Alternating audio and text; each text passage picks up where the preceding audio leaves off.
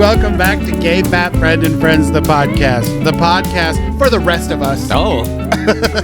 Hi, everybody. Welcome back to the show. I am your host, GFF Friend, a.k.a. Todd. And joining me, as always, is my teeny tiny, adorable, movie-loving husband. I forgot all words. Rob. Hello. Hi. Midsommar. I was like, what is the name of that movie? But crossed with Baba Hill. I literally just had a blank brain word stroke. Yeah. I could not remember anything I was saying. Well, you put all the work into it also, because I'm totally that person that gets lazy and just goes like midsummer or just sort of midsummer. Right. Like just barely. I'm going to give you just a little bit of it. Well, I want to call it Midsummer, but I have heard the director several times call it Midsommar. Okay, fine. Which I hate, honestly, if we're being honest. Yeah. If this is a podcast about truth, I hate that he calls it Midsommar. I don't know why, that just makes my skin crawl. When people like fancify words for no reason. Oh. What are you, Jada De Laurentiis? Love you, Jada. We're friends. Yeah, or like even just there's something, and I get it, like, but it's weird hearing people say like, oh, an amateur, like who grew up as like American. Yeah. It's like, oh, okay. Amateur. And I'm a pinkies up fellow in many ways, but Color. you know.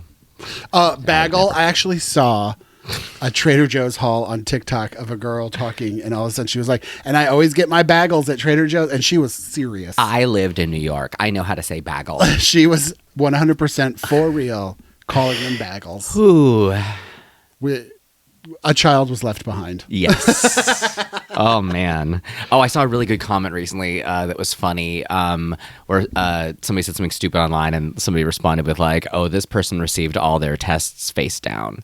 Oh. And I was like, that is just such like graded tests? Yeah, that ouch. all your tests were handed back to you face down. Oh, my God. I totally forgot about that practice. It's so funny because, it's such a specific little shame that is very funny to me now, just in, retrospect. I just had like a flashback chill of anxiety. Oh, I still have, I think like every 2 weeks, maybe 2 weeks, I have like one of those nightmares where it's like midway through a semester and I haven't gone to class enough to the point where I don't know where it is or what day of the week it is anymore. But I know that my midterms are happening sometime around now. So I have to figure out like, where is the class? Did I miss the test? Play dumb. But somehow, like, yeah, it's weird. And then it becomes this weird knot in my brain. And, like, that's just not totally how I function in college. And that's your, like, reoccurring nightmare? That's my school nightmare that I still have. Reoccurring? Recurring? You guys, I'm so sorry. I think if it occurs, English language this episode. I think if it reoccurs, it's just recurring. Yeah. But yeah, it's, but no, that is my, like, scary academia dream that I still have 20 plus years later. I feel like that might say something about us because I've never had school nightmares. Oh, I hate them. Even though I was horrendously bullied in school. I mean, I was also popular. It was weird. I grew up in a farm town. But I never have school nightmares. I have work nightmares. Oh, it's funny. I don't really have about a job I haven't worked in a decade. I don't really have that many work nightmares. But like, I guess, like academia was like the time when I was feeling very pressured to perform, just in general. And I guess that's like a thing where I have this weird kind of guilt and it's still feeling unfinished. Yeah. But like work wise, I usually feel, I guess, fulfilled enough where I don't really have too many work dreams. Yeah. Mine still to this day is waiting tables nightmares, which, you forget someone's ranch. You forget to put someone's order in. You forget to greet a table. Suddenly you have 5-10 tops. It's terrifying. That sounds like the worst kind of like pressure nightmare of where like and especially in dream logic, the littlest stuff can feel insurmountable. Yeah. And so, yeah, I can't imagine. It's so funny because if you talk to anyone that's waited tables ever, even if they only waited tables for a month, everyone has the same nightmares because everyone has done the same mistakes. Every single waiter on the planet has made the same mistakes. You forgot to turn in someone's order. You forgot to give someone, their check after they asked for the check and they sat there forever and never paid. You forgot to bring someone their side of ketchup. And that one, it's so funny, like bringing something extra to the table is like a realization nightmare that you have 12 hours after your shift. And when you're laying in bed, you just sit up straight and you're like, table 7's ranch. Like it just pops back into your brain. It's the weirdest thing. Well, it's fine. I guess what I have had recently are when I have like a quick email response that's basically an instinct where I suddenly forget that I've done it. And then later I'm like, oh, did I respond to that person? Oh my God, they've been waiting for 3 days. And then I'll literally send a response. And then I've actually had somebody respond and be like, is this different from what you said a couple of days ago? And I'm like, oh, I did respond to you a couple of days ago. I am so sorry that you got a panicked double tap when I already did my job. But like, it's like walking out the door and like, did I lock the door? You do every time. Like, it's just become so automatic. It's that like your brain like flash saved it. Yeah. Like that it saved it so fast it forgot it. Exactly. And so yeah, I've had that a few times where I just done something very quick and instinctually to the point where like later I'm like, I have to go look at my outbox to make sure I actually did that. Yeah. Like, or that I didn't. I don't even know. But yeah, so. Well, that's pretty much the only nightmares I have. I mean, besides society and reality. Well, yeah, the nightmares we live in. Speaking of the nightmares we live in, Tesla stock is going down and my hope is going up. Right? I'm feeling confident. Seriously, like at some point he's going to have to stop fucking up the government and go back to just fucking up his company. Right? And apparently we're getting very close. Once he hits that threshold of his stock failing, it's all over. Well, we'll see. I mean, so far no one seems to hold anyone accountable for anything ever. Well, the protests are getting big. And, you know, when we first moved into our neighborhood 3.5 years ago, this neighborhood was so Tesla heavy, and now most of them are gone, and it's mostly Rivians. Yeah, which are super cute. Yeah. I like them. It did seem like there was like a Rivian representative that went through the neighborhood like 8 months ago, right? And was just like, "Hey." Someone said that it's either owned by Amazon or like majority shareholdered by Amazon, which makes sense because you know Seattle is an Amazon town, so it makes sense that they might get a corporate deal or something. And I feel like a lot of people here work for Amazon. Yeah, not us. It's one of the many big employers here, but yeah, but yeah, most of the Teslas are gone. Now it's all Rivians and Polestars, which is a hilarious name for a car. Well, and Polestar, because that's what we used to call loose women. That's what I used to call strippers, like the good ones that everyone knew about. I mean, they're a star for a reason, right? Yeah, they're stars of the pole. But no, I've never even heard of Polestar. That sounds like a telecom company. Yeah, that's the other one. I believe they're Korean. I could be fully making that up. But I'm still just fascinated by the new Honda logo. Like, cause I mean, I've seen it on the like font. Yeah, the new Honda emblem, I guess, Yeah. on the back of some cars that is literally a sans serif futuristic title caps, lowercase letters, Yeah, so- but look uppercase. Yeah, capital H and then very sci-fi, like kind of squared off but rounded. Like they're very like, uniform thickness. Yeah. And yeah, it's interesting because they got rid of the sort of H in the square thing. It's so funny. We drive a Honda. Which one? HRV. HRV. I always forget and I never get it right. We drive a Honda HRV. It is my size max. We cannot go smaller than what we're currently driving. And we share a car because I sold my Jeep during the pandemic. We didn't need two cars. We still don't need two cars.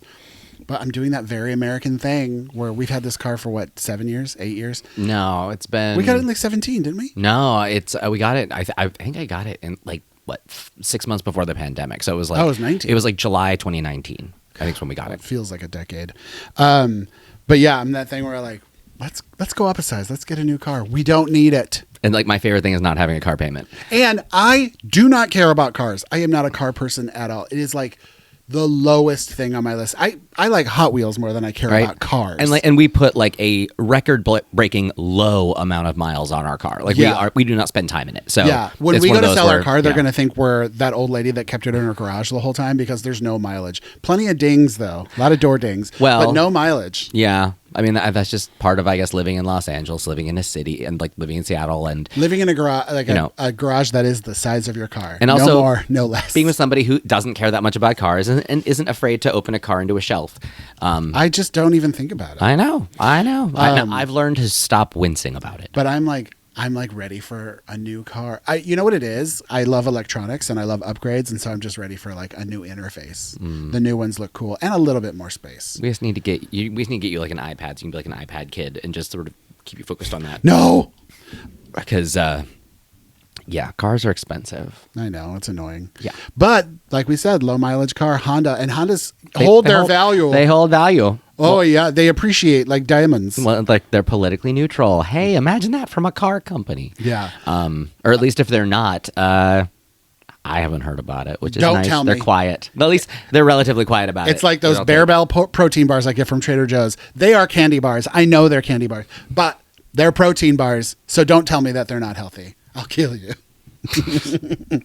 But yeah, like well, I'm drinking 0-calorie cola. I mean, it's basically a salad. Yeah, that's water. The first ingredient's water. Oh my God. I saw a TikTok of a doctor talking about a patient she had that it didn't even cross my mind that people could think like this. And I get it. I don't want to bully anybody for being uneducated. But this girl do. This girl came into the doctor and the doctor was like, "Are you drinking enough water?" And she was like, "Yeah." And she had a bottle of Mountain Dew with her. And she's like, "I drink like 7 of these a day." And the doctor was like, "That's not water." And she said, "The first ingredient on the label is water. This is water." And it started this whole like debate on TikTok. Mainly about the doctor being like, this is why we treat patients with, kid gloves and handle them with care and stuff like that, because people are just uneducated and they don't know. But also people are like, well, if you add a flavor packet, like is LaCroix, is that water?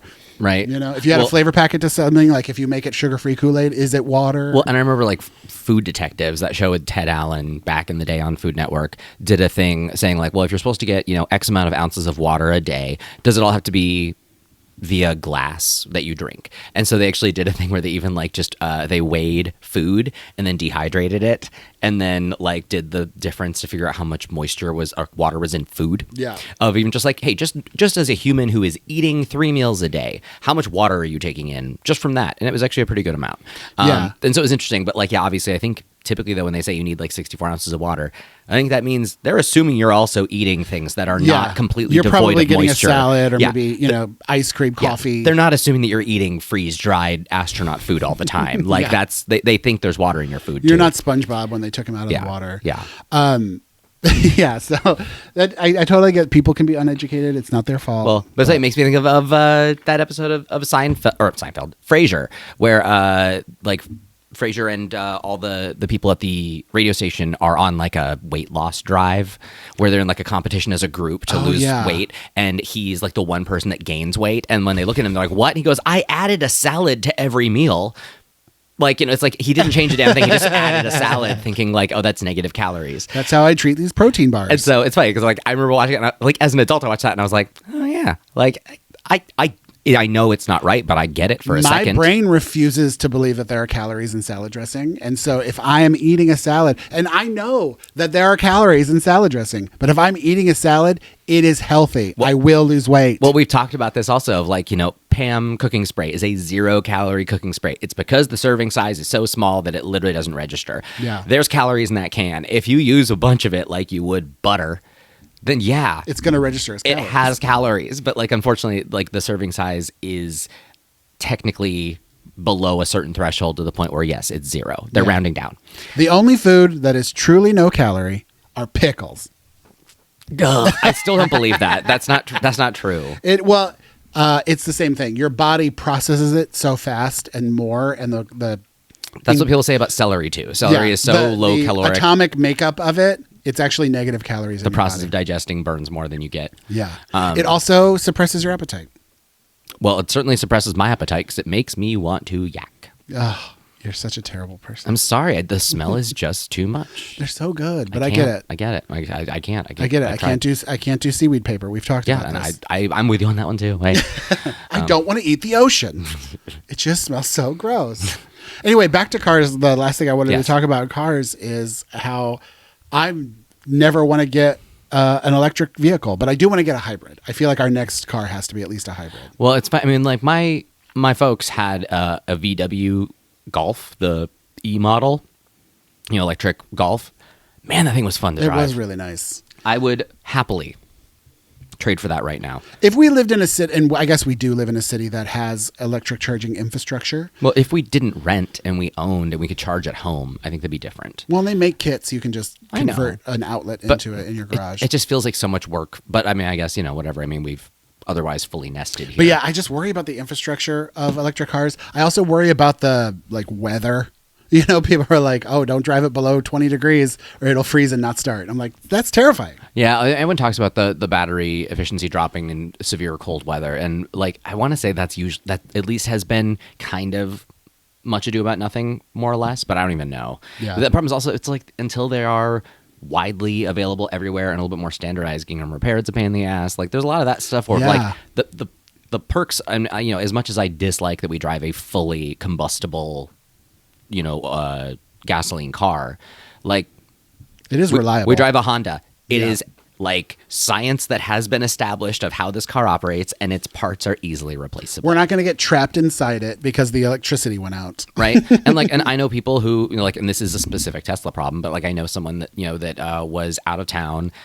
They took their Tesla out of town, and they drive a type that has a very specific size of wheel, and they got a flat tire, and they literally had to wait in a town in Arizona for, I think, 2 extra days for that specific tire to be delivered to them because it was that specialized of a thing. And I'm just like, that is crazy. Like, that it's a car. The car is supposed to be what gives you freedom to go somewhere. What happened to your sister a couple months ago? Oh, my sister was driving, and I think she hit like a piece of wood on a freeway, and it hit the bottom of the car. It ricocheted up to the bottom of the car and took out the entire dashboard, right? It basically like damaged the computer, I think, to the point where it like the CPU or something had to be like replaced. That is insane. But like her screen went completely black, which, that is your kind of primary thing for everything, and you can do a lot through your phone, but not not everything. Yeah. And so basically like she just kind of had to like figure out how to have somebody follow her home to make sure she made it home on like a long trip because she couldn't check her charge levels and stuff. And it was a very specific break and a very specific fix. And it was a very expensive fix, I believe, because they thought it was going to be a very small fix and ended up being like, well, it's this, but also it's this kind of a thing. Yeah, it was a total Smaug situation too, where it's like there's one scale missing and that's where you got to shoot the arrow, and her car found it. Yeah, it was just bunk, and it was just like, and like literally, it was just terrifying. The thing where I think she thought it was like one small thing, and it was just like, oh no, this is going to be a bit. That happened to me one time. I was driving home from college, so it was probably like, I don't know, 1999, and there was just like a piece of 2x4 in the road on a highway in the middle of nowhere, like not even close to an exit, and I hit it, and it bounced. I ran over it. It bounced up under my car, and then I just heard and I was like, oh God. And then I started smelling smoke, and I was like, oh God. And I would say it was like 3 miles to the next exit, which is a long time when you think your car's burning up. Yeah. So I get off at this exit. I pull into a gas station. I look underneath. The board had like wedged itself against my tire and splintered, but it never punctured my tire, but my tire friction burned it. And honestly, I think if I had gone any further, it would have started a friction fire. But that's what was burning, is the 2x4 just perfectly stuck against my tire, and my tire was just friction burning it. So, have you ever actually had a blowout, like a full tire blowout? No, knock on wood, not whilst driving. Same, like knock on wood. One of my biggest fears. Well, and I think about it all the time. I've been in the car when one happened, but I wasn't driving. Because I've had multiple flats, but one time my mom was driving on the 14 freeway, which is in Southern California, kind of mountainous, curvy at times. It's not the best place where you'd want to have a sudden explosion happen on your car. Yeah. And I think I was asleep in the back seat, like laying down, and all of a sudden it was like a rocket hit the side of the car. It was just kapoof, like it was enough to shock me awake. And then and I sat, and my mom was like literally grabbing the wheel. It's like, and she didn't know what to do, but she obviously pulled over and it was fine. But like when we saw that thing, it was literally just the rim with just shredded shit all around it. Like it was a cartoon. Crazy. Yeah, it was. I had no idea that a tire could do that. Yeah. I mean, at the time I was also probably like 9. I was driving past a semi on a highway one time, like as one of its, because they have like 18 tires in the back. Mm-hmm. One of the inside tires had just popped and shredded, and the tire was like flying out the side, and it was really loud and really aggressive, and it was terrifying. And so I like sped around the semi so I could get away from it. But yeah, it's never happened to me. Again, knock on wood. Yeah. Very scary. Yeah, hopefully I won't, because it's not fun. Yeah, because you have a lot of bad luck in your life. I do. We don't need to jinx it. It literally started on your birthday. Right. We just found out. We just added a couple more names to Rob's death list. Because it's funny, like my birthday has a lot of celebrity births. I have a ton of famous people on my birthday. Many of them excellent people. Some of them are absolutely just monsters. But there are a ton of dead celebrities on your birthday, which is so weird. Which we never thought to look up, but like they kind of just keep presenting them to us. Yeah, today we added. Well, should we say what started the whole thing, just for a quick recap? No, because I want to go back and tell that story. Got it. Today we added Sylvia Plath randomly because Rob was reading the comments of a TikTok, and somebody was like, Sylvia Plath was added to this list on February 11th, and we were like, what? Yeah, and so I looked it up, and I was like, first off, I didn't realize that she died in the 60s. Like, that's so current in the grand scheme of things. And so, I didn't I thought it was more like the 40s or 50s. And I knew that she tried multiple times. So I'm actually curious what the previous dates were as well. But like the day she succeeded, though, was my birthday. Not, year, but still. Yeah. Well, and then most recently, Gene Hackman. And the crazy thing about Gene Hackman is that he lied deceased in his home for several days before they found him. And via like science math, they traced it back. They were like, we're pretty sure he died on February 11th. And we're like, oh my God, why does this keep happening? Yeah, they were like, he died within this week, but we're pretty confident it's this specific day, Rob. And I'm like, okay, cool, another one. Because who else is on your birth death day? Somebody big. Well, like what started the whole thing was like the year I turned 29. Like we had just met. Like a couple 3 months or prior. And we'd only been together for 3 months. Yeah. And like birthdays are a big deal to Todd. They weren't to me. And he was trying to bully me into like being a diva for my birthday. And so I was like, and he was like, what do you want to do? And I was like, well, let's go to a movie because we always do that. And like, we'll go to Amoeba because that's what we do. And I just wanted to go do that. And so we went to go see Chronicle. And by the time the movie was done, I was like, you know what? Fine. It is my day today. And I'm going to just own this day. And I'm going to throw my weight around and like, because seriously, what the fuck? Like, I usually get my way anyway, but like, we're going to just do it hard today. Actually enjoy something for once. Right? We're going to do it. We're going to lean into it. And as soon as the movie's over, I walk out and Todd just looks at his phone and goes, oh my God. Oh God. And like, Todd just is highly reactive to his phone. I think his family is in trouble or something. Well, also, I had a friend at the time who was very obsessed with this dead person. Yeah. Like completely obsessed with this dead person. So I was worried about that friend at the time. So, because by the time like while Chronicle was happening, it was making all over the news that Whitney Houston had just died. And so all of a sudden I'm ready to be like, it's my day. Let's make it about me. Let's go to the club. Let's go party. Let's go have fun. And all of a sudden Todd is deeply concerned. And I'm like, oh my God, Whitney Houston is dead. And so he has to call everyone he knows. Like while I'm at Amoeba, like looking through the bins, he's kind of just standing in aisles, calling friends to make sure that they're okay about Whitney Houston, whom they do not know. Yeah. Which I get it. I understand loving a celebrity, but also it was one of those like, it's my birthday, damn it. Right. And so it was just funny that you finally caught up. You finally were cool. And then diva down and decided to steal my thunder. Whitney Houston started it all. But then, like, I mean, literally, and this is awful to bring up because it's not entertaining, but it's sad. But like, also then a couple of years later, Bobby Christina, her daughter, almost. Like she was really close to dying on my birthday in a later year, and it did not actually happen on my birthday. Did she die like 2 days later? It was shortly after, but like it was one of those where like we were walking around, and he was just like, "Dude, you might have another one of the family."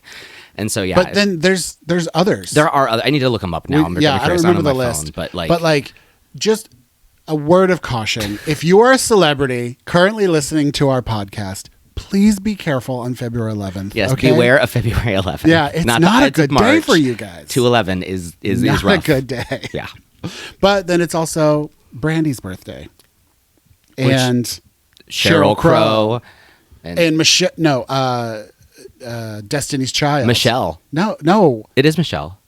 No, it's Kelly. Oh, Kelly is Kelly Rowland. No, it's not Michelle. I have Kelly. My God. Sorry, Kelly. I forgot Taylor your name. Lautner. Yes. Sidney Sheldon, the novelist, Thomas Edison, Alfred Hitchcock Jr., not the main guy. And, 11 is an angel number. I don't remember what it means. I think it means you're on the right path. But apparently, if you're a celebrity, it's the path to death. Well, I mean, the right path to joining the angels, I guess, or whatever. But yeah, it's like we also got Leslie Nielsen. Born on that day. Yes. Mike Shinoda of Lincoln Park. Remember him? He's awesome. Many others. We also do have some assholes, though. We will say it just because. Yeah. But Sarah Palin. But you don't have any exact, right? I want to say there's like no one that is like to the year. Because I only know of 2 celebrities born on my birthday, and no, I take that back. I know several celebrities born on my birthday, but 2 of them are the exact year. Yeah, you 2 like known names. I want to say like Chris Pine and Macaulay Culkin. We are all the exact same age. Yeah, which is fun. And I, built-in icebreaker. Shall I ever meet them at a party? Oh, it's funny because like every year, whenever I run into, I think he still works at PlayStation now. I feel bad that I don't know this, but he's a very big deal, and he's been like a formative force in a lot of like PlayStation's software portfolio over the years. Shuhei Yoshida, his birthday is also the same as mine, and we're usually at an event that is right around our shared birthday. And every year, I always walk up and say hello and reintroduce myself and tell him happy birthday, and he always looks at me like, "Who the hell is this person, and why is he bringing that up to me?" Which I totally get. Like, I take nothing personally from that because I'd be weirded out too, and I feel bad that I keep doing it now. I should stop that. And I have all cool celebrities on my birthday because my other ones are Melissa McCarthy and Keke Palmer. I'm gonna find some monsters for your birthday because you can't just have the good people, right? But shall I ever get famous? Why do I keep saying shall? Shall I ever get famous? Royal Court, famouser. Hear ye. I want to have a giant birthday party just for us famous people born on the August 26th. Okay, that's a good day. Well, seriously, I mean, like that'd be a fun party too. Melissa McCarthy, Keke Palmer. Right. I would go to any party that Keke Palmer is at, but also, like, who knew that Chris Pine was going to be the best Chris? Right. Like, no offense, Chris Pine, I just didn't see it coming. Yeah. We would definitely have the most fun birthday party. I mean, it's a movie I want to watch. Right. Everybody born on my birthday, I want to watch in a movie. I would watch a movie with Melissa McCarthy and Keke Palmer. It needs to happen. Right? Hollywood. Hollywood. That's the buddy comedy that needs to happen. Hello, Hollywood. If you're listening, make that movie happen. We want to see it. What we actually need basically is a series of movies that are being made where Keke Palmer can just sort of speed date her way into them. Because like I just need every person to do a buddy movie with Keke Palmer at this point because she is so enjoyable. That and I feel like she kind of works with everybody. You know what we need, and it's time to bring this back, and I think Keke would be the ultimate host, a Cher style variety show. Yes, we talked about that. Carol Burnett style one-woman variety show. Right. We need to bring that back. We talked about that recently, and I forgot who we said should host that. It wasn't Keke Palmer at the time, but I mean, Ariana Grande could do it. I think that's who we were saying needs to do it, actually, because she has the musical chops and the comedy chops. She's terrifyingly funny. And she's why are you so funny? And she loves a wig. She does love a wig. So, but yeah, that'd be fun. Yeah, Keke Palmer should have her own variety show. So, Keke Palmer and Ariana Grande.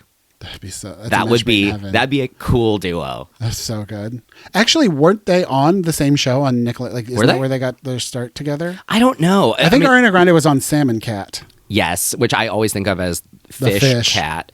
But was Keke Palmer on a Nickelodeon show? Because I don't know that. Or Disney. She started there. Okay, so I think the first thing I ever saw Keke Palmer in was she in Akilah and the Bee? Yes, I think so. Okay, I think that was the first thing I ever saw her in. Yeah. It's your girl. Love her. I'm sorry to this man. I do not know who this is. Who is she referring to with that one? Dick Cheney. You know what? She's protecting her magic by not knowing that. Right? Good for her. Good for her. That's seriously jealous. I envy her of that lack of information. I'm jealous that she doesn't know who that is. I wish I didn't. Although now, I mean, compared to what we're going through now, he's fucking Mickey Mouse. Seriously, right? Like warm fuzzies. Good Lord. I think even didn't he support Kamala? Come on, that's weird. I'm going to go walk into the ocean. What kind of upside down place are we living in? Speaking of upside down, yesterday we went to our favorite brunch place in Seattle, and it's so funny that we call it our favorite brunch place because it's awful. It's terrible, but the food is good. And the ambiance of the location and the building, I don't want to say the name because I don't want to get anybody in trouble. Should anyone listen to this and have any kind of thought. But we enjoy going to this place. Well, especially this establishment knows me by name at this point. Yeah. But the food is really good, but the service is literally terrible. It's so bad that at this point, I always have a small breakfast before we go, just because I know it's going to be a super long wait and I'm going to be annoyed by the time we get to our table.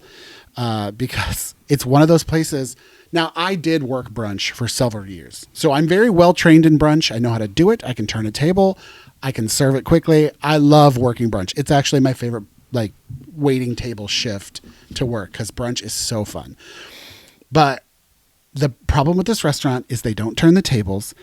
There's always at least a 30-minute wait to get sat. There's not that many tables to begin with. No, it's a tiny dining room. And you get added to the list. There's not really anybody in front of you. It's always a 30-minute wait because they don't bust the tables. They don't get people out of there. We've waited 10 minutes just to get our check before. It's like, we have a credit card on the table. We want to leave. We want to open up this table. I will say, I think one of the biggest problems is just like the hallway to and fro the kitchen is so narrow and it's shared by so many things. It's also the hallway to the bathroom. Yeah, that I feel like they can't have bussers, so they just have to have like one person who's your server do everything. That's what's crazy. There were 3 bussers yesterday. Which is crazy. They're almost overstaffed, but people are constantly taking breaks. Well, no one's wiping down the tables. No one's getting dishes off the tables. No one's running checks. Well, and also I think actually one of the biggest problems, and this is actually it's funny because I actually don't feel the way that Todd does about this place in a lot of ways. Frankly, like I'm prepared for it, so I don't care. Like, well, I am now. Like I said, we go because we know it's almost like Dick's last resort. Like, I don't eat. You're gonna get. I don't eat upset. first. I'm fine. And like usually when I go, like I have already planned in my shopping trip. So like literally, I've got shit to do while we wait. So like I need that time. So like I'm good usually. And I'd say actually the biggest problem, and this is an issue that many stores in Seattle have, is that no one will speak up and manage the flow of people. I honestly don't think they have a manager. That's the biggest problem. And I'm not talking about just the restaurant side. I'm talking about everywhere. Like just the cash wrap in general. When I'm ready to check out, randos will wander in front of me and like maybe they're in line, maybe they're not. Like if I end up waiting a little longer, I don't care because I just don't want to deal with it. But also it's just a thing of like you don't know where to stand sometimes. And like while we were sitting for waiting for our food, I happened to look over.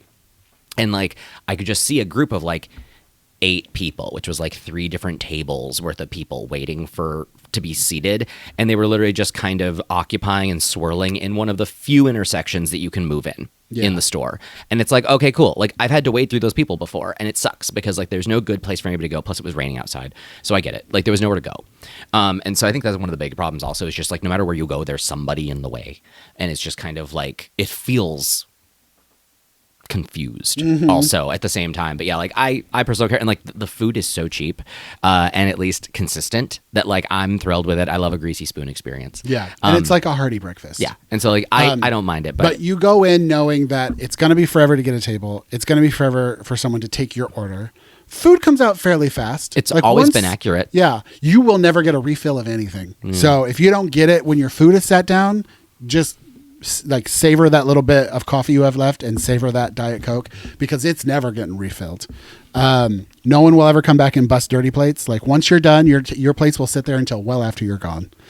You will have to ask someone to bring you the check. No one will notice. And then you have to hand them a credit card at point of drop or you will not be paying for your meal for several minutes.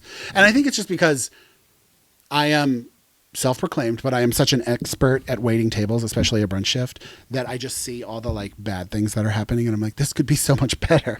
We could live in a beautiful society where things work and everyone's happy. Well, I mean, often you and I demonstrate efficiency. Yeah, we're really good about bagging our own groceries. Yeah, at the grocery store, like handing someone a credit card. When we watch somebody who's just staring at the checker who's finished checking their shit and now has to turn 90 degrees and slowly bag their shit for them while they stand there with their hands in their fucking pockets. Like, by the time they have started to push their cart, we have finished paying and Todd's finished bagging and we pass them on the way out. Like, we're fast. And so it's one of those things of just like, and often we'll make a point as we walk by to be like, oh man, because we helped bagging stuff, we got out of here real fast. Yeah. Just kind of hoping that somebody will learn, like, if you put in the slightest amount of effort, maybe things will go a little smoother for you. But yeah, we're already efficient humans as it is. Yeah. We try not to take, I mean, as someone who takes up a ton of real estate on my own, I don't want to take up too much real estate around other people. Well, but like, also when it comes to like getting sat at a restaurant, waiting for a table, I would much rather sit at a table for 10 minutes waiting for a server to talk to us than stand at the front door and have to get out of people's way and be uncomfortable. Like I would rather sit at a table. Most of the time they do, like yesterday, they sat us with water instantly. And so at least we had a little cup of water and we were sitting at a table. That's 10 times better than standing at the front door waiting for a table. So right off the bat, that's at least something. But literally, we were in the center, I would say the bullseye of the restaurant. We were the center table yesterday, right next to the most traffic, and never got spoken to for, I would say, at least like 10 minutes. And then the server, who's almost always our server, I see him come back inside and clock in on the computer right next to us, and then he takes our order. I was like, he was on a break. They sat us in a section, and he was on a break, and no one helped us. Yeah. Right there. I feel like this. Oh, I'm heated. I feel like this level of detail is going to find its way there, and we're going to get somebody in trouble. This is not what I wanted here. No, you're the one who brought up retail. Well, I always said it was a restaurant. I know, but also though you've already posted about this in other social media things, and everyone's responded knowing exactly what you're talking about. I was going to say everyone's already responded. Yeah. Well, I actually posted at the restaurant yesterday, and everyone responded. A bunch of people responded to that post, being like, "Oof, that place is rough." It's a neighborhood fave. Yeah, it's like you go there knowing what you're going to get. Yeah, and I just so desperately want to go down there and help them. I just want to make it better. Hey, I was telling you that you should. I can fix him. That you should try to get a job there. I can fix him. I know it because I want you to, get me discounts. Yeah, I wish it wasn't so far away. Yeah. But all right. Well, I think that's a good place to move on to our final segment, because hopefully it'll be about food, which is what's your order? What's your order? It's like shoe size or something. I don't remember what I put in here anymore. This box used to contain fast food restaurants, and then we would pick one out I did the last one. and talk about our order. But now we went through all those years ago. So now it's just things. Who knows what we're going to talk about? But today's what's your order is... You going to Julia Roberts me? All right. Today's, let's mix them up a little bit. And today's what your order is. Who's your favorite actor? All right. We did actress. We did. Even though generally I just call everyone an actor. But we had already done actress because I did want to differentiate. So now it's man. Who's your favorite actor? Do you want me to go first? While you think? No. Because I have two. Surprise, surprise. I have more than one because I can't just pick one of anything. And honestly, I'm guessing that one of ours is going to, I'm guessing the only one I can think of. One might overlap. Yeah, I think the only one I can think of right now is likely going to be an overlapper. And then if you happen to think of anybody of hey, Rob, there is that other actor that you love that you'll watch anything, then that would help. Because right now there's one person I can think of who I honestly think of as a true, performer that, I enjoy watching both I think as an actor they do some good shit. Just say the name, so you go first. It's Colin Farrell. Yeah, because seriously, he's always been believable, and I don't know, I feel like he's just morphed into every role he's needed to, especially love lately. Him so much, but also he's beautiful to look at. He's kind. Yeah, he's a good and he was a bad boy for a while. Yeah, but even then, even when he was a bad boy, he wasn't an asshole. He was just kind of crazy. He was a party animal. Yeah, he was a partier. And a little raucous. He was Irish. I mean, he's Irish. That's what we do. And we're Goofy Gabby. But yeah, so I'd say probably him. Because if you just look at his portfolio of work, even just from The Lobster through and just with the Transformers shit he did for the Penguin, which I hadn't even watched, but I still can't find that man. We did watch The Batman. Yeah, but I can't find that man in that man. That is incredible. It is crazy to think of all the prosthetics in that. But on top of that, he just disappeared. It's sometimes you can still tell. It's Robin Williams and Mrs. Doubtfire. This is he's gone. So yeah, I would say probably him. Because also he's just a really good actor. Yeah. Not even gimmicky stuff. He can do anything. Has he done full on comedy yet? In Bruges, honestly. Oh yeah, that's a funny movie. That's a drama, but he is full on comedy in that movie. But I don't think he's done he didn't do a game night or anything. Yeah, he needs to be when they make Spy 2, he needs to be in that as a Statham style role. Yeah. That's what he needs to do. Yeah, where is Spy 2? I know that Melissa gets asked that a lot. Right? I think it's written. We are owed a Spy 2, right? Paul Feige. Figgy? How do you say his last name? Feig? I think it's just Feig. Is it Feig? It's Kevin Feige from Marvel. He has an E at the end. Oh. But I want to say Paul Feig does not. Oh, okay. What a weird overlapping of similar last names. Right. Yeah, I would say probably him, and then maybe a backup, honestly. Tom Hardy, I would say. You do love Tom Hardy. I do love Tom Hardy. And I do too. But yeah, I find him very, very, I find his lips very kissable.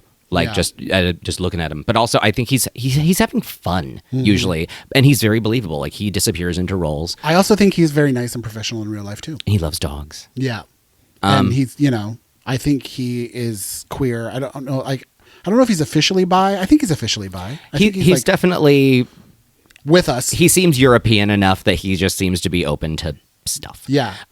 He's on our side. Yeah. And actually, it's funny. In the movie Rock and Rolla, he plays a member of the family in that. And it's very, very cute. He's also so skinny in that movie. He looks like a different person. He's a little baby. Yeah. But anyway, yeah. I'd say he's a really great good actor. I enjoy watching him on film. Yeah. I think those are probably my two.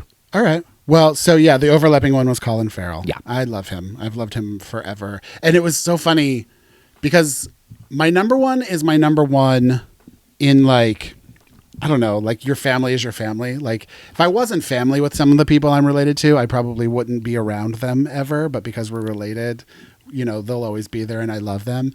That's almost like my number one. My number one favorite actor is Brad Pitt. And I love him so much for a myriad of Clarification, reasons. they are not related. No, I wish we were. And that's how I feel too. Everybody always asks, they're like, oh, you just think he's hot. I don't. I've never been attracted to Brad Pitt.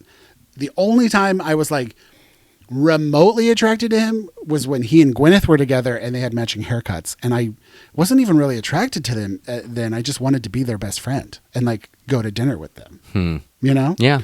But yeah, I love Brad Pitt so much. I think it started literally with just him being from Missouri, as am I, and like finding out that he was from Missouri and got out and became one of the biggest movie stars in the world. I was like, it's doable. You can get out of this place and you can become something. But then his body of work, I just love watching him on screen. My favorite movie, as I've said before, one of my all-time favorite movies is Benjamin Button. That he is so beautiful in that movie and it's so well acted. And then my other one is Interview with a Vampire. He's so perfect in that movie. That is such a good movie. It's such a beautiful, perfect Brad Pitt movie. And then the third one is, I almost said Revenge of the Fall. That's not it. Legends of the Fall. Yeah. The sequel should have been Revenge. But yeah, oh my God. Late 90s Brad Pitt. It's just a beautiful specimen of acting. Like he's just so good. And he continues. I love everything he's been. I love when he does the like goofy movies with the Coen brothers, right? Burn After Reading? Oh, yeah, Burn After Reading, yeah. Yeah, I loved that. Well, and he's fun with Clooney in like the Ocean's movies. I was going to say, I'm glad they're making a new Ocean's movie. You know, even though I'm very curious what's going to happen because in the Lady Ocean's movie, George Clooney was killed off. Oh, Jesus. So what's going to happen in the next one? You know, it's like, because I will say that, like, you know, yeah, like, I like when Brad's willing to drop the heartthrobiness for just kind of like comedic charm. Yeah. That's nice. He's so good in the Ocean's movie. I love that he's eating in every scene. And it's like a character choice you don't notice until the end. But yeah, I get it. I don't totally. I mean, he's not one of my people, but I get it. But yeah, and I just like I said, I like him. I just like him, and I did like him as a person. I still do like him as a person. I think he has some demons that he had to work through, but I think ultimately he's progressive and he's working on being a better person. I hope. I don't know. Well, it's fine. I mean, it's the same thing of just like, you know, my favorite movie is The Graduate, and like I want so much to like just kind of like know Dustin Hoffman from the 60s. Like it's very specifically like it's like growing up with an adult Dustin Hoffman present, like, because I think the first time I'd ever seen Dustin Hoffman was, you know, as a child on like the poster for Rain Man. So like I think that was probably I feel like that's like, so I knew Dustin Hoffman as like, you know, probably a 50-year-old man almost. And so, or not 50, he was probably 40 there, but like, you know, I know him as like a middle-aged man. And so it's fascinating to see him. We look it up and he was like 29. Actually, no, he would have been pushing 60 because in 1967 when The Graduate happened, he was 30 playing a 20-year-old. So yeah, he was born in 1937. What? Yeah. No. Yes. Dustin Hoffman was born in 37. I believe so. He's 90. I will check actually. Yeah. We're going to take a praise pause for Rob grabbing his phone. Because, yeah, hold on. Now Dustin I think about Hoffman cannot be pushing 90. But, like, if my math is That's right, weird. The Graduate came out in 1967. He was 30 playing 20. And I want to say Anne Bancroft was, like, 34 playing 51. Yeah. They went in extreme opposite directions. Yeah. Let's see. Just the fact that he's 10 years older than my mom. Born August 8th, 1937. That is insane. Look at me. I had no idea Dustin Hoffman was that old. So it is crazy. Like, yeah, the first time I think I'd ever seen him, he was probably 50. Like, or 52, I guess, because that's when Rain Man came out. But yeah, so anyway, like, because he was Never Stop Learning, gang. But he was such a little, like, cute little dreamboat in The Graduate at 30. Yeah. Like, but also, like, you can totally tell he's like a smaller man, and he is like very cute. So anyway, but I you know, he's made the news too many times in bad ways as an older man. I feel where I'm like, a lot of that's been tarnished. So, but I mean, he's still a great actor. Don't get me wrong. But, you know, it's hard to separate the art from the artist now more and more. I hate to say, like, we are kind of carrying that baggage more and more, and I'm trying to vote my wallet. So yeah. Well, we won't be going to any Dustin Hoffman movies anytime soon. Well, I mean, period. Of the Just bevy, period. the bevy of them that have been That's happening. the joke, Rob. Yeah, he doesn't yeah, make movies yeah. anymore. Yeah, not since the Quartet. The Quartet. But it's funny, like, you know, there are other actors, older actors and stuff like that I love, but I wouldn't consider them favorites because they're just too old. But, like, you know, we just lost Gene Hackman. I loved watching him on screen. I don't think there was anything Gene Hackman did that I didn't like. Well, it's funny because I feel like I've barely seen him in anything. Like, I know him as Lex Luthor. Like, that's because that's what I know him as. And also, a lot of people, at least even before he passed, have said he's the only person who has figured out how to play that character correctly. Which is funny, though, because I know that he also made a point to not shave his head for it, which was a thing that was like a choice that was counter to the character design, which is kind of crazy. And now, can you imagine the internet freaking out if whoever plays Lex Luthor doesn't shave their head? Right. God forbid you're not exactly the comic book. Oh my God. But yeah, I mean, he was so good in Royal Tenenbaums. Oh God. I forgot about Royal Tenenbaums. I mean, he's the titular titular character. Royal. Yeah. Like, it's so funny. Good. Yeah. I always forget about that. Was it Enemy of the State with Will Smith? Which I have not seen. It's such a good little, you know, action spy chase movie. Was he in Crimson Tide with Denzel Washington? I think it's the two of them, isn't it? Wait, isn't Crimson Tide? No, that's Hunt for Red October. I was like, isn't that Sean Connery? I think he was in Crimson. Yeah, that's Hunt for October. Yeah. I think he was in Crimson Too Tide. many reds. Too Right? many variations Oh my God! of reds. Seriously, if you're in a submarine, you're gonna have a red title. What's going on down there? Red things. But yeah, that makes me want to like watch Benjamin Button today. Although I am watching currently, and this is your homework for the week. I have not finished it yet, so it could be awful. But watch Adolescence on Netflix. I watched the first 2 episodes. It's an English drama, current, and it's about, you know, a murder in a small English town, and each episode is one full take, like they never break the camera. And oneer. Yeah, and which you on paper you're like, that's a gimmick. I don't need gimmicks when I watch things, but the writing and acting is also so well, and the choreography of how they filmed this. Like, they literally drive places. They do helicopter shots. I'm like, how did they do this without cuts? And I was watching like with an eagle eye, and I was like, unless they use some kind of perfect AI CG that doesn't exist yet, they did this practically, and I need to know how they did it. Like, they literally flew over a town. And it's funny because you told me about it, and it's like the content sounds kind of interesting, and like the oneer element honestly sounds to me like I would be so focused on the tech of it that I would probably not be paying attention to the show anymore. Yeah. And frankly, it is funny. I used to be so fascinated by the concept of a long one shot, but now that cameras are this big, I'm actually way less intrigued by them. Like, and so it's weird. Like, the oneer used to feel like such a flex, and now I'm like, okay, because like you told me, you're like, oh, they took flight in this thing, and I was like, so they attached it to a drone. Yeah. Like, and I walked out of the room, and not to like shit on what you're excited about, but it's one of those things I've just like, it's so funny. The oneer doesn't thrill me anymore, but like, it's also crazy because Severance did a fascinating oneer 2 episodes ago. Like the whole episode? No, but like the scene though, that literally goes between floors and looked like it was going through cabling, and it looks CG and apparently they did a lot of that practically. And no, that thing was 100% practical. They said there was no CG in that shot at all. Yeah. And so yeah, like the fact that like we're seeing these like fascinating bending time and space, traveling through walls kind of oneers on dramatic shows, like. Well, and I heard people talking about it, and before I even saw it, I was like, oh, I thought it just took place in the police station. And before I saw it, I was like, oh, they just rehearsed it like a play. They got a soundstage, they set up the blocking, and they just rehearsed it for a month like a play. But this literally takes place in a town, and they're driving, they're flying, they're going, through crazy doors and stairwells and chase scenes and all this stuff. And you're like, they did this in one take throughout a whole town. My brain can't process that kind of blocking and choreography. Like, how did they figure it out? Wait, and have we ever talked about the movie Time Code? No. Time Code, it's directed by Mike Figgis. It came out in 2000. Mike Figgis directed Leaving Las Vegas. This movie stars like Saffron Burrows, Julian Sands, Salma Hayek. It's got like a cast. It is shot via... There's 4 screens. Yeah, it's shot as a quad divided screen with 4 cameras running I was too simultaneously. young. I never saw it, but I remember them talking about it on Entertainment Tonight. I drove to the New Art when I was in high school with some friends to go see that movie because I wanted to see it in theaters. And apparently at the premiere of that, Mike Figgis was doing a live mix because he literally had 4 sound channels, and he would turn up whichever camera he wanted you to hear at each time. That's crazy. The DVD, which we have, you can actually listen to each soundtrack individually, or you can do the movie mix. But like the version that they, and what's fascinating is the coolest thing is because it's 4 cameras running simultaneously in 4 different places.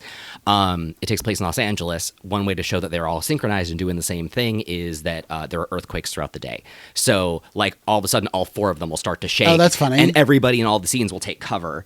But then also there will literally be scenes where like you'll see 2 people kind of on the same sidewalk, and all of a sudden the cameras will like swap who they're following. Yeah. But the quadrants stay the same, and then they just keep going. And like there's behind the scenes footage of like the cameraman. They call it like the ballet, I believe, where a cameraman would literally kind of have to go up and over the other cameraman to hide them as they kept going. It's like when they do Muppet stuff and they literally drag the body of the puppeteer along the ground while the puppet, but like they're just dragging a dead body of a puppeteer puppeting across a bridge. But like so, but it's fascinating because it's like a 93-minute 4 nonstop 93-minute takes, and it's not a good movie because it honestly couldn't take on that much 4 plots and hold up. It's kind of terrible, but it's fascinating what it did at the time.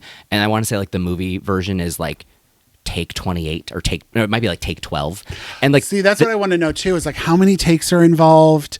Did someone mess up 5 minutes before the end of the shot and they had to do the whole thing over is again? One take 18 minutes long when the rest are all, because even like time code, the interesting thing about the DVD is they also include the first take, which I believe you can see cameras in it, like when they fuck up. But like they literally included the first take because also a lot of the movie was improv.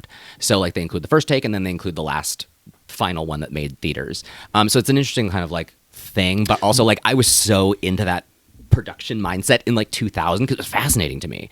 Like with also, digital cameras. This TV show also has like a lot of like Aaron Sorkin walk and talks.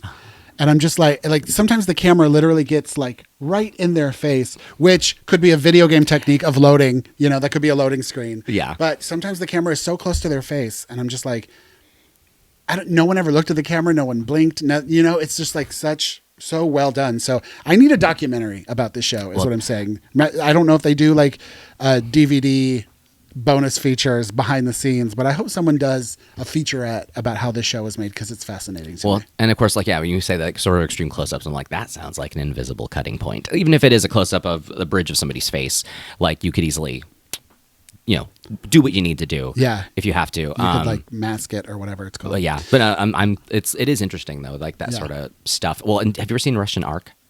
No. That I did. But we can talk about it later. Well, I mean, I can get through that one real fast. Okay. It is I think it's a 90-minute to 2-hour one-take movie that takes place in a museum. And I want to say for it being one take, it takes you through like most of Russia's history. And it is literally for one take, it includes multiple full symphony orchestras that are orchestrated for these huge scenes. And so like they go into a ballroom that is a full operating scene, and then it goes into a hallway where a man's talking to you about the next sort of thing, and it takes you into the next one, but it's all one uninterrupted take. And literally it probably has a cast of, I would say, probably thousands. Well, it's like 1917, but we know 1917 was all faked. Yeah. So it's just like, that's an epic feature film, and it looks really cool, although we've never seen it. Yeah. We need to watch it. Like Silent House. We knew that, like, that movie with Elizabeth Olsen, like, you can tell where that was also the time where they were trying to do that, and the cuts were very They would obvious. do a swipe of a white wall and then an unswipe into the next room, and you're like, oh, that's where they cut it. Yeah, suddenly, like, all of a sudden in that pan, there was just a really black, dark patch. Yeah, it's like when they zoom into someone's back, and, like, practically touch their jacket and then zoom back out, which I think was a technique in a Whitney Houston video. Probably. Oh, my God, it all comes back. Love you, Whitney. But, yeah, funny... Talking about adolescence made me think of that show that I'm currently watching it, but also one of the stars is the little guy that played Al Capone in Boardwalk Empire? Yeah. And but he's actually like a very English actor, but he's teeny tiny. He's like you. Oh, I never watched Boardwalk Empire at all. Me neither. Yeah. I think I watched the first episode and I was like, oh, I'll come back to this, and never did. There's some of those HBO shows that just like, it's like Rome. I wanted to like Rome so hard and I just couldn't. Didn't get into it. Couldn't. Oh my God, but we have White Lotus tonight. Piper, no. Tsunami. Lorazepam. Oh, that's exciting. Grand mal seizure. But yeah, let us know what you guys are watching right now if we missed anything. And let me know if you watch Adolescence and liked it, because so far so good. Do you have any homework assignments? Trying to think of like what's been happening this week that we've been doing. Like of the stuff we watched, I watched an interesting sci-fi movie from 1985 that I'd never heard of before from New Zealand called The Quiet Earth, which was fascinating. It's like 90 minutes long.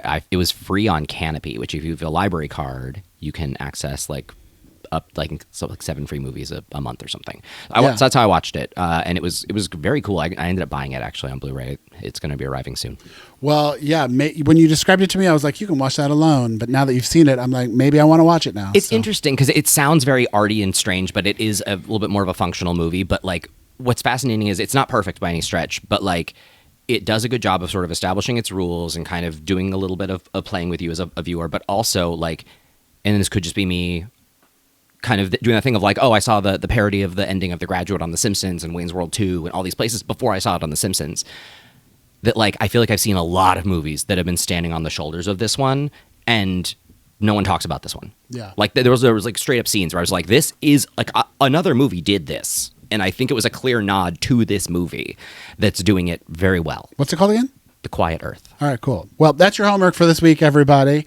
What a fun episode. We got a lot to talk about. This is getting fun. Yeah. And also, maybe you'll see this on TikTok again. I post it. TikTok allows 60-minute videos, and I put it on TikTok today, and people are seeing it. So maybe now we will also be posting full episodes on the Talk. Oh, man. Can you imagine if we got, like, basement yard level of, like, of fandom? That'll wake your aunt. Right? That'll wake up your aunt. Which one of us is Frankie and which one's Joe? I think we know.